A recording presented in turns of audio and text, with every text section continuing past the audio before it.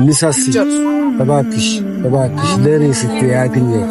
እንግዲህ ጋይሶች አሁን ደግሞ ከምርጡ ከድንቁ አርቲስት ጋር ከኩራባቸው ጋር ወይም ደግሞ ከሱራፌል ተካ ጋር ተገኝቻለሁ። እንግዲህ ሱራዬ እኔን ታውቀኛለህ ቲክቶክ ላይ?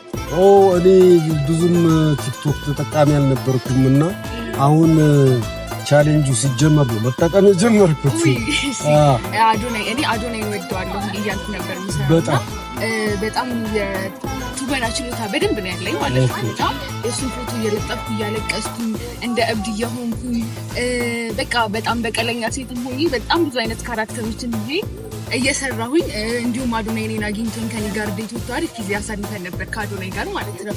እና አሁን ደግሞ ያው እሱም የጀመረው የፍቅር ህይወት ስላለ ለዛ ኮንተንት መቀጠል ስላላሰብኩኝ ድምፄም አሪፍ ስለሆነ በድምፃዊነቴ ለመቀጠል አሰብኩኝ እና እንዳንተ አይነት አሪፍ ሴሌብሪቲዎችን ሳገኝ ዘፍናለሁ ማለት ነው። እና አንዴ ልዘፍንልክ ነው ያለባል እና ደግሞ በጣም ብዙዎቹ ማለት ነው ሚስ ሀሴትን ታውቃታለህ? ሚስ ወርልድ እንደ አፍሪካ አንደኛ እንደ ዓለም ደግሞ ሁለተኛ ወጣችሁ ከሷ ጋር ያመሳሰሉኛል። ቆንጆ ነሽ። አመሰግናለሁ። እና ብራብዬ ልስፈንልክ። እኔ ባይ ዘ ዌይ ጋይስ በካራክተር ስሙት ነው የማውቀውና ኩራ ነው የምለው። ኩሩ ነው ደግሞ እንደስሙ ማለት ነው። እና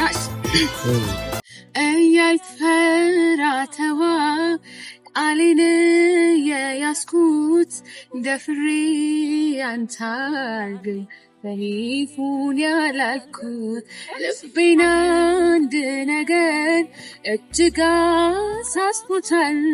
ካንተ ጉር አይደለም ልቤን እንሰብሮታል። ማይ ጋድ በጣም ደስ የሚል ድምጽ ነው ያለሽ። ድምጽሽ ደግሞ ለመንፈሳዊ መዝሙር እንዴት ይመቻል መሰለሽ። በጣም ደስ ይላል። ገብቶሻል። ብትዘምርበትም በጣም ያምራል። በጣም ቆንጆ ነሽ። ምክንያቱም በዚህ እድሜ ነው ለመንፈሳዊ ነገር መስራት ያለብሽ። እሱንም ሁለቱንም ጎን ለጎን ማስኬድ። ያው በዚህ አጋጣሚ አንተም ትልቅ አርቲስት ስለሆንክ ማለት ነው ሚስ ሀሴትን እንድታገኘኝ ሚስ ሀሴት እባክሽ ለኔ ስትይ አግኘት።